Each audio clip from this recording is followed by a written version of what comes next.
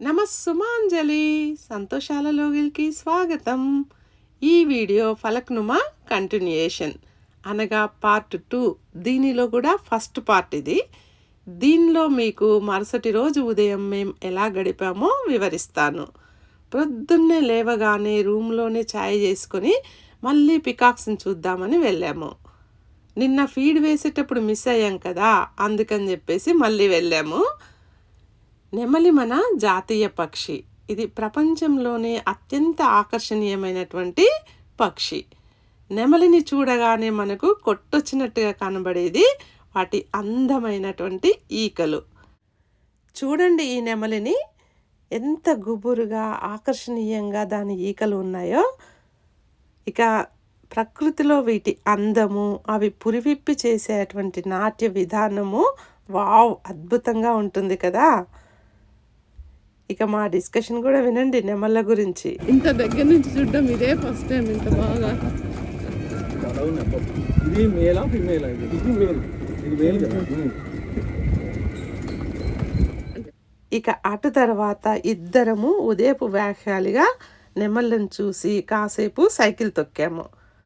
చాలా రోజుల తర్వాత నేను తొక్కుతున్నాను కాబట్టి మొదట్లో నాకు కాస్త కష్టమే అనిపించింది, కానీ తర్వాత ఈజీగానే తొక్కగలిగాను. మరి చిన్నప్పటి నుంచే నాకు సైకిల్ అలవాటు ఉంది కదా, అలా నెమళ్ళ స్వరాన్ని వింటూ సైకిల్ దొక్కుతూ ఉంటే భలే సరదాగా అనిపించింది. మళ్ళీ నా చిన్నప్పటి రోజులు గుర్తుకు వచ్చాయి. ఇక మళ్ళీ బ్రేక్ఫాస్ట్ కోసం ప్యాలెస్కి వచ్చాము. అప్పటికి 7:15 మాత్రమే అయ్యింది. ఇలా జెడీ టెర్రస్ పైకి వచ్చాము. మరి పొద్దున్నే గొంతులో ఛాయ్ పడాలనాయే. మా వారు చూడండి ఛాయ్ కోసం ఎలా కాచుకొని కూర్చున్నాడో. ఇక్కడ మంచిగా ఇతను అల్లం వేసి ఛాయ్ చేస్తున్నాడు. అలా జెడీ టెర్రస్ పై కప్పును పరిశీలిస్తూ టీ సిప్ చేస్తూ ఉదయాన్నే ప్యాలెస్ పై నుంచి భాగ్యనగర అందాల్ని కాసేపు చూస్తూ అలానే ఉండిపోయాము. అక్కడి నుంచి చార్మినార్, మక్కా మసీద్ గుమ్మటాలు చాలా చిన్న చిన్నవిగా కనిపిస్తూ ఉన్నాయి. ఇక అక్కడి నుంచి మా రూమ్ వెనక భాగాన ఉన్న గార్డెన్ అంతా తిరిగి చూసి చక్కగా ఫోటోలు దిగాము. అటు నుంచి యోగా సెంటర్ కూడా వెళ్ళాము. ఇదే ఇక్కడి యోగా సెంటర్. ఈ అబ్బాయి యోగా ట్రైనర్. రూమ్ అయితే చాలా బాగా పీస్ఫుల్గా అనిపించింది. ఓ అరగంట అక్కడ ట్రైనర్తో మా వారు యోగాకు సంబంధించి ఆసనాల గురించి డిస్కషన్ పెట్టారు. ఇక ఎవ్వరు కూడా ఈ ఏరియాకి రారు సార్ అసలు అని చెప్పేసి ఆ అబ్బాయి అన్నాడు. అప్పుడు మాకు అనిపించింది నిజమే, మరి ప్యాలెస్లో చూడడానికి ఇన్ని ఉండగా ఇక్కడికి వచ్చి యోగా చేసే వాళ్ళు ఎవరుంటారబ్బా అని అన్నాము. ఇక అక్కడి నుంచి స్విమ్మింగ్ పూల్కి వెళ్ళాము. ఇతను ఈ pool in charge plus lifeguard. ఇతను కూడా ఆశ్చర్యపోయాడు మమ్మల్ని చూసి. మీరు ప్రత్యేకం సార్ ఇక్కడ స్విమ్మింగ్ చేయడానికి వచ్చారంటే అని అన్నాడు. ఎందుకు అని అంటే అందరూ ఫొటోస్ మాత్రమే దిగి వెళ్తారు ఇక్కడికి వచ్చి, ఎవరు కూడా స్విమ్మింగ్ చేయడానికి రారు అని చెప్పేసి ఆశ్చర్యపోతున్నాడు. ఇంకా అలాగే ఫస్ట్ స్విమ్మింగ్ పూల్కు వెళ్ళే ముందు మీరు షవర్ చేసుకొని స్విమ్మింగ్ డ్రెస్సెస్లో రండి సార్ అని చెప్పేసి ఆ రూమ్స్ ఎక్కడ ఉంటాయో కూడా చూపించాడు. ఇవిగోండి ఇవే ఆ రూమ్స్. లోపల మొత్తం లాకర్స్, అలాగే షవర్ తీసుకోవటానికి ఇక్కడ షవర్స్ కూడా ఉన్నాయి. మేము అలాగే షవర్ చేసేసి స్విమ్మింగ్ పూల్ దగ్గరికి వచ్చేసాము. ఇదేనండి పూల్. ఇక్కడ పూల్ సైడ్ లాంజర్స్, ఈ ప్రదేశం అంతా కూడా చాలా బ్యూటిఫుల్గా కనిపిస్తుంది కదా. చాలా సన్ షెల్ఫ్ చైర్స్, అలాగే పైన మంచి డిజైన్తో కూడినటువంటి క్లాత్ అంబ్రెల్లాస్, చాలా అందంగా అనిపించింది ఈ ప్రాంతము. ఇక్కడి నుంచి బ్రేక్ఫాస్ట్ కోసమని మళ్ళీ డైనింగ్ హాల్కి వచ్చాము. డైనింగ్ హాల్లోకి ఎంటర్ అవుతూ ఉంటేనే ప్రొద్దున్నే ఇతను తన వేణుగానంతో అందరినీ అలరిస్తూ ఉన్నాడు.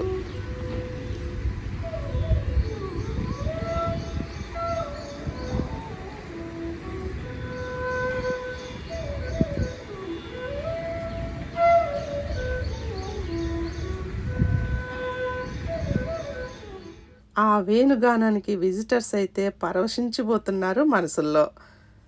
ఇక మేము కూడా ఇలా ఫ్రెష్ ఫ్రూట్స్తో మా బ్రేక్ఫాస్ట్ని మొదలు పెట్టేశాము. తర్వాత పరాటా, కీమా, యోగర్ట్ ఇలాంటివన్నీ కూడా తిన్నాము. అంతలోనే సడన్గా ఫ్లూట్తో ఈయన మా టేబుల్ దగ్గర ప్రత్యక్షమయ్యారు. మా యానివర్సరీ సందర్భంగా స్పెషల్గా మా కోసము 10 నిమిషాలు ఇలా తన మృదుమధురమైన గానంతో మా మనసుల్ని పరవశింపజేశారు ఆయన. ఇక ఆపై ఆమ్లెట్ కూడా తిని మరోసారి కొబ్బరి బొండా తాగి ఇక బయలుదేరాం మేము అక్కడి నుంచి. మరి పొద్దున్నే బాగా స్విమ్మింగ్ అని వాకింగ్ అని చేసాం కదా, బాగానే కడుపులో ఎలకలు పరిగెడతా ఉంటే చాలానే లాగించేసాం కూడా.